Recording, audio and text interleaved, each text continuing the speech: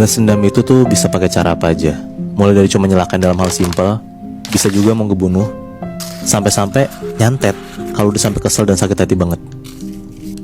Nah lo bayangin lebih, Nat, kalau ada orang yang kesel banget sama seseorang, terus dia balas dendam pakai 3 hal itu, chaos banget kan? Iya. Jadi gue dapat ceritain dari temen gue sendiri. Tantenya tuh jadi korban balas dendam sepupunya sendiri. Jadi kayak ini perang saudara gitulah. Sebut aja tante teman gue ini namanya Tante Diana. Jadi Tante Diana ini punya proyekan gitulah sama sepupunya dia. Sebut aja namanya Tante Mita. Tante Diana dan Tante Mita ini punya proyekan kayak bikin rumah makan gitulah di daerah Jakarta yang gak bisa gue sebutin juga namanya apa. Rumah makan yang mereka buat ini terbilang cukup sukses di bulan-bulan awal. Nah tapi gue gak tahu kenapa gak dijelasin juga nih sama temen gue soalnya. Pokoknya di setengah tahun selanjutnya rumah makan itu tiba-tiba sepi. Tante Diana dan Tante Mita tuh bener-bener nyari segala cara lah biar nyelamatin rumah makannya dari kebangkrutan. Gak tau apa yang ada di pikiran Tante Mita. Dia tuh ngerasa rumah makan mereka jadi sepi dan gak works nih karena Tante Diana gak ngebantu apa-apa. Cuma kayak katanya nerima uangnya doang gitu. Nah denger kayak gitu ya Tante Diana gak terima lah. Dia ngerasa juga dia berperan penting dalam rumah makan itu. Dan dia malah bilang kayak Tante Mita doang yang kebanyakan nuntut. Akhirnya mereka berantem besar lah karena kesalahpahaman ini. Dan ya jadi kayak saling nyerang satu sama lain gitu. Tapi hal yang gak diduga-duga ini datang. Mereka gak nyangka kalau mereka tuh saling sekesel itu. Dan mereka jadi kayak adu balas dendam gitu Nat. Keadaan dimana bisnis mereka bangkrut itu bikin Tante Mita tuh bener-bener berubah. Tante Mita tuh jadi kayak ngelakuin apapun biar Tante Diana tuh celaka. Ada momen waktu pas Tante Diana lagi sendiri di rumah. Nah gak tahu nih Tante Mita tuh dari mana lah. Tante Diana tuh lagi sendirian di rumah. Tiba-tiba Tante Mita tuh datang sebentar kayak buat ngasih makanan doang ke Tante Diana, habis itu pulang. Di situ tapi Tante Mita tuh kayak sosok baik gitulah ke Tante Diana. Nah sebenarnya Tante Diana tuh kayak rada aneh ngeliat Tante Mita. Tapi karena Tante Diana mikir kayak ya mungkin Tante Mita udah gak marah lagi sama dia. Dan lumayan lah rezeki dikasih makan sama saudara sendiri. Nah akhirnya diterima tuh dan dimakan lah sama Tante Diana. Nah tapi Nat, pas Tante Diana ini makan makanan dari Tante Mita pas siang, malamnya tuh Tante Diana ngerasa kayak dia mual-mual dan badannya tuh langsung gak enak. Dia langsung lah lari kamar mandi tuh buat muntah-muntah. Nah yang keluar dari muntah Tante Diana ini itu tuh aneh banget Nat.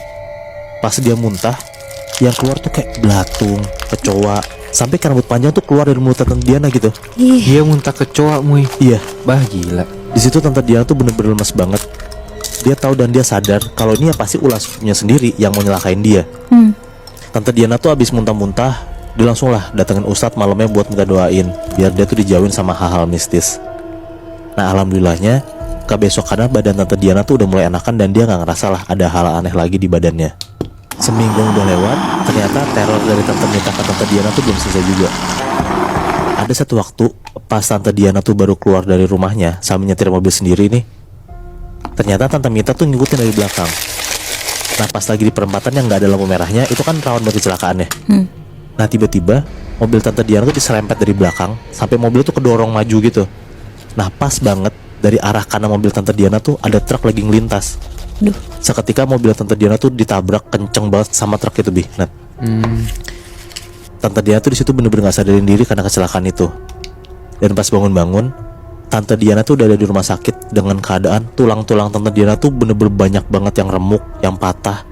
Terus muka dia tuh bener-bener banyak banget bercak-kaca yang nempel di muka dia tuh. Aduh. Tante Diana di situ opname hampir sebulanan lah.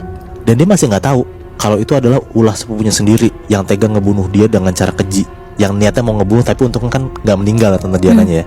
Tapi si Tante Diana nggak curiga sama sekali Muy. Nah pas banget Nat, pas dia pulang dari rumah sakit, akhirnya Tante Diana tahu kalau itu tuh ulah Tante Mita yang dengan sengaja nabrakin mobilnya dia. Tante Diana tuh bener-bener udah capek banget dan akhirnya dia ngeberanin diri buat balas dendam juga ke Tante Mita dengan cara nyantet. Aduh. Pulang dari rumah sakit, ini nggak ada 3 hari nih, dia tuh langsung ketemu sama orang pinter buat nyantet Tante Mita. Tapi ternyata Nat, di waktu yang sama Tante Mita tuh juga datengin orang pinter buat nyantet Tante Diana. Nah saking gak puas karena Tante Diana tuh belum mati, akhirnya mereka saling serang santet dan saling ngebalas dendam lah. Di rumah Tante Diana, dia tuh bener-bener keserang banget sama makhluk halus. Dia tuh kan selalu ditampakin sama sosok tinggi besar. Dan sosok itu tuh ternyata bener-bener suka ngelemparin benda-benda pecah belah ke Tante Diana.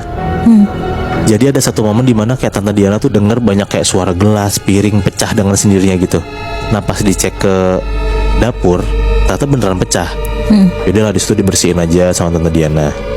Tapi kebesokannya, pas Tante Diana lagi nonton di ruang tengah, ini tengah malam ya, tiba-tiba dari belakang dia bener-bener kayak dilempar sama pot bunga kaca yang berat banget, sampai kepala belakang Tante Diana tuh bocor dan banyak banget kaca yang nyangkut di kepala Tante Diana. Aduh.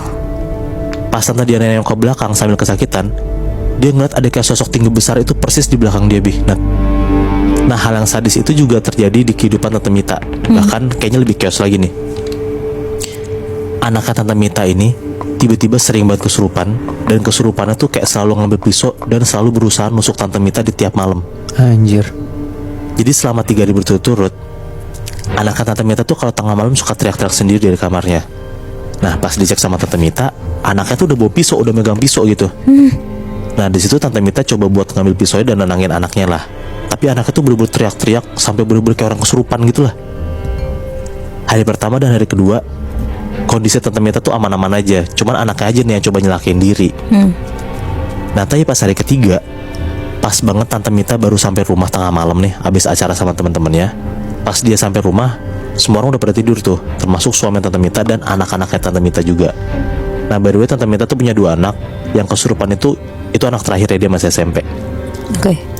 Nah pas Tante Mita lagi minum air di dapurnya sebelum dia bersih-bersih, tiba-tiba dari belakang punggungnya Tante Mita tuh ditusuk berkali-kali sampai darah tuh ngucur banyak banget, Bi. Nah pas dia nengok ke belakang, ternyata itu anak terakhirnya yang lagi kesurupan dan berusaha ngebunuh nyokapnya sendiri. Anjir.